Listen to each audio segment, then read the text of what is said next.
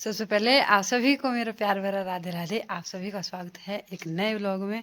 तो आज के व्लॉग की शुरुआत है सुबह के 6:45 से कर रहे हैं और पूरे आंगन में मैंने झाड़ू लगा दिया। इसमें ना बहुत ज़्यादा टाइम लगता है, बहुत बड़ा आंगन है और रात को हल्की हल्की हवा लगी होगी ना तो काफ़ी पत्ते आ रखे थे आंगन में। और ये जो है ये हमारी सौर ऊर्जा वाली लाइट है, ये काफ़ी दिन पहले लग गई थी। शायद मैंने ब्लॉग में बताया कि नहीं बताया, मुझे भी नहीं ये ध्यान है। तो इसकी ना में बहुत ज़्यादा सुविधा होगी। है पशुओं का आंगन पूरा कवर है और ये बड़े वाला आंगन जो है ये भी पूरा कवर है, पूरे में लाइट हो जाती है और लेंटर के ऊपर भी पूरे में लाइट हो जाती। तो चलो थोड़ा सा लेंटर के ऊपर से शूट करते हैं वाला। पहली बार जब इस लाइट के सामने ना पहली बार ब्लॉग शूट कर रहे हैं। चलो तो यहाँ पौड़ियों के ऊपर लगा रखा है इसको और हल्की सी हाइट दे रखी है। इतनी हाइट यहाँ से लेनी थी उतनी ले ली है और बाकी थोड़ा ही दूर तक हम जाती है, इसकी लिमिट होती है ना वहीं तक जाती है। पर वैसे है लेंटर पर लाइट यहाँ से बताती हूँ। ये देखो पूरा लेंटर भी कवर है और आंगन भी, और ये वाला भी पूरा आंगन और गेट तक लाइट जाती है इसकी। और अभी जो है 6:50 हो चुके हैं और आज के ब्लॉग की शुरुआत है सुबह सुबह। पता क्योंकि आज आप लोगों को कुछ नया दिखाना है तो वो दिखा लेती हूँ। शायद मैंने पिछले ब्लॉग में बताया कि नहीं बताया, मुझे खुद ही ध्यान नहीं रहता, पता नहीं कहाँ सोया रहता है मेरा दिमाग। तो सोचा चलो झाड़ू लगाने के बाद थोड़े से हल्का सा फ्री हो जाते हैं, इसके बाद हमने चाय वगैरह लेनी ना तब किचन में चलते हैं अब। तो झाड़ू वगैरह मैंने पूरा लगा दिया है और चूल्हे पे छोड़ दिया है दूध तपने के लिए और इस तरफ पीने वाला दूध भी गर्म हो चुका है। और आज जो आपको नई बात बतानी है मुझे तो वो बताना है, ये देखिए। तो ये केले हमने जिस दिन बारिश थी ना उस दिन निकाले थे और ब्लॉग भी बनाया था। ब्लॉग बनाया था कि हम खेत से केले लेकर घर में आ गए हैं, क्योंकि जो हमारे केले का पेड़ था ना वो गिर गया था और उसके बाद जो है हम इनको घर ले आए थे और ये थे बिल्कुल कच्चे। तो इनको हमने किस तरह से पकाया है ये थोड़ी सी अपडेट मैं आप लोगों को दे देती हूँ और उसके बाद फिर ब्लॉग पता नहीं कहाँ से शुरू होगा, है ना। तो ये जो सारा प्रोसेस था ये पंकज के पापा, मैं बोल रही हूँ कि बताओ आपने व्यूवर्स को कि कैसे कैसे पकाए। तो बोल रहे मेरे मैं नहीं बोलूँगा, बोलते इतना अच्छा है पर नहीं बोलते, नहीं शर्म करते हैं बोलने की, पता क्या। तो ये जो हमारे केले पकाने का प्रोसेस है ना तो इसको ज़मीन में पहले खड्डा बनाना पड़ता है और उसमें आग लगानी पड़ती है और जो भी आग के अंगार होते हैं ना उस पर एक बसुट्टी होती है, पौधे होते हैं, उनके पत्ते लाए और उस अंगार के ऊपर छोड़ दिया और उसके ऊपर उन पत्तों के ऊपर छोड़ा कीड़े और कीड़े के ऊपर फिर से वही पत्ते छोड़े और उसके ऊपर मिट्टी दी और मिट्टी देने के कम से कम 1 हफ्ते के आसपास ना देखने होते हैं। तो जब 1 हफ्ते के बाद हम वहाँ पे गए तो केले बिल्कुल पक चुके थे और केले का साइज देखो आप, है ना।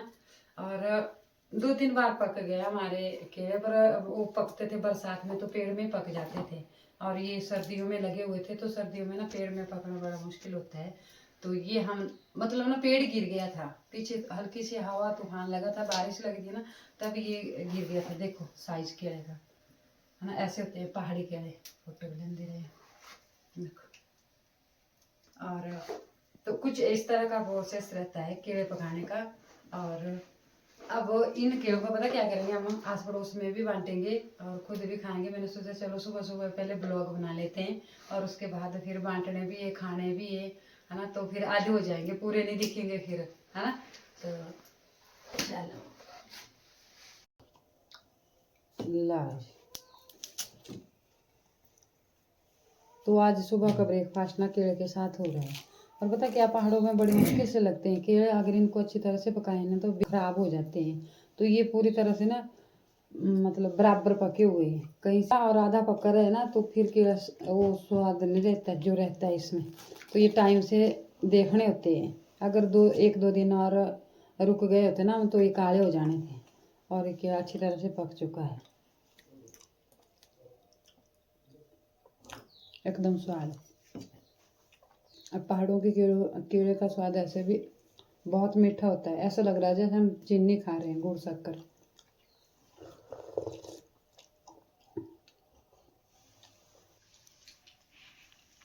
मजे करो।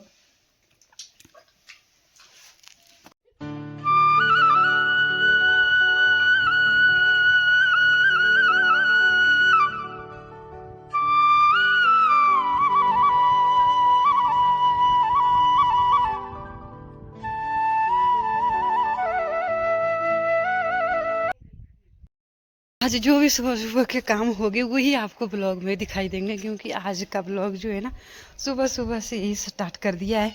और काफ़ी लोगों के कमेंट रहते हैं कि आप अपने ब्लॉग में ना अपना नाम गांव सब कुछ बताया करो। कोशिश कर रही हूँ, पर जैसे मतलब अब 2 साल हो गए ना बोलते बोलते, बस वैसे ही बोल देती हूँ, फिर बाद में ध्यान आता है कि मुझे तो ऐसे बोलना। और कल के ब्लॉग से ना सच में ज़रूर कोशिश करूँगी।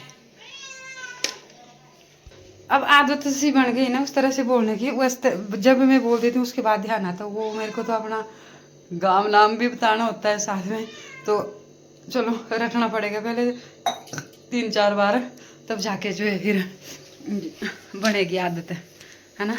नए तरीके से ब्लॉग स्टार्ट करना ना थोड़ा सा मुश्किल हो जाता है।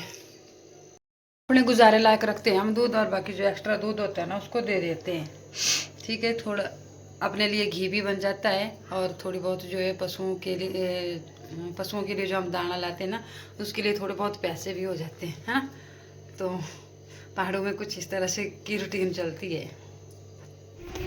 तो चलो जी, हम आ गए हैं गौशाला में, और गौशाला में आज पशुओं के लिए ना नया घास तैयार कर दिया है। बजे का टाइम हो चुका है और सूरज भगवान भी आ चुके हैं। हल्की हल्की सी धूप लगी हुई है, क्योंकि आज आसमान में ना बादल छा गए हैं। रात को बादल साफ रहते हैं और दिन को आ जाते हैं। तो चलो, जो भी हल्की फुल्की सी धूप रहेगी, और स्कूल लग गया है क्योंकि 9 बजे का टाइम भी हो चुका है। 9, 8:30-9 बजे के आसपास से ना धूप आ जाती है आंगन में। और ये जो है ये है हमारे गेहूं की तूड़ी। तो ये जो गेहूं की तूड़ी है इसको हम देते हैं धोकर। ठीक है, हल्की हल्की सी फीड डाल दी है, ज़्यादा तो नहीं पर थोड़ी थोड़ी सी, इस तरह से देखो। तो भैंस के लिए अलग अलग देनी पड़ती है क्योंकि ये आपस में बहुत ज़्यादा लड़ती है, और गाय के लिए इकट्ठी छोड़ दी है। तो ये हमारा सर्दियों का ना फर्स्ट टाइम का घास है। तो हम ऐसे देते हैं, सर्दियों में देना हो, चाहे बरसात में देना हो, और चाहे देना हो गर्मियों में। तो इस तरह से टंकी में ना धोकर देते हैं। अब इसमें जो भी हल्की फुल्की सी रेत रहती है वो नीचे बैठ जाती है, और ये जो ये होती है ना रई बोलते हैं इसको, ये इस तरह से पूरी निकल जाती है ना। धोने से ये फ़ायदा हो जाता है। कई पशु खाते हैं गिल्ली घास, कई नहीं खाते, पर हमारे ना खा लेते हैं। हमने आदत लगा रखी है। और ये जो नई भैंस ला रखी है ना, इसके लिए फर्स्ट टाइम है। हमारी तो खाती है, आज का पता नहीं, पर वैसे खाती है। हमारी गाय भी खाती है, भैंस भी खाती है। नई भैंस का पता नहीं है, वो लगेगा पता बाहर बांध के। ओरे ओरे खाई लेना है सारा, चल।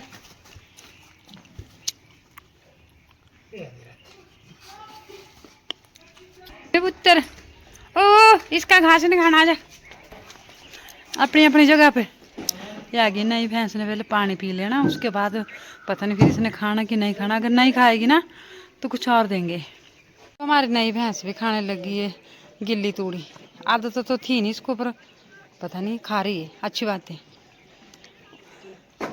Shampoo shampoo. चलो जी, तो पशुओं को बाहर करने के बाद हम आ गए खेतों में, और पीछे टमाटर निकालने को है। निकालना भी, ये वाला खेत भी खाली करना। तो थोड़ी सी पनीरी बची है ना प्याज की लगाने के लिए, वो लगाएंगे। तो इसलिए आज घास लाने नहीं गए थे हम। अगर घास लाने जाते ना तो फिर टाइम लगता, तब फिर दोपहर 1 बजे के बाद आते हैं खेत में।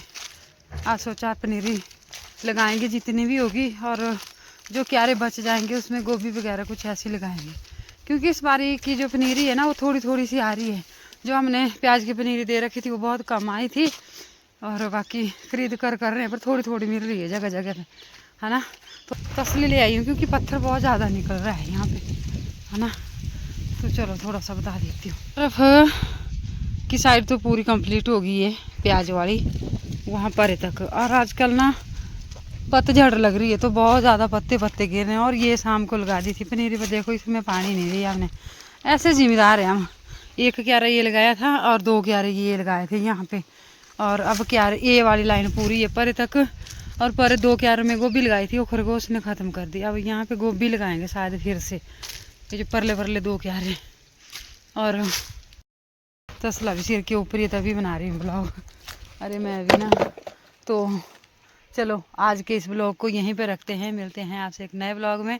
तब तक के लिए अपना खूब सारा ध्यान रखिए, स्वस्थ रहिए, मस्त रहिए, अपने अपने कामों में व्यस्त रहिए। इसी के साथ जय श्री राधे, जय श्री कृष्णा, जय देवभूमि हिमाचल।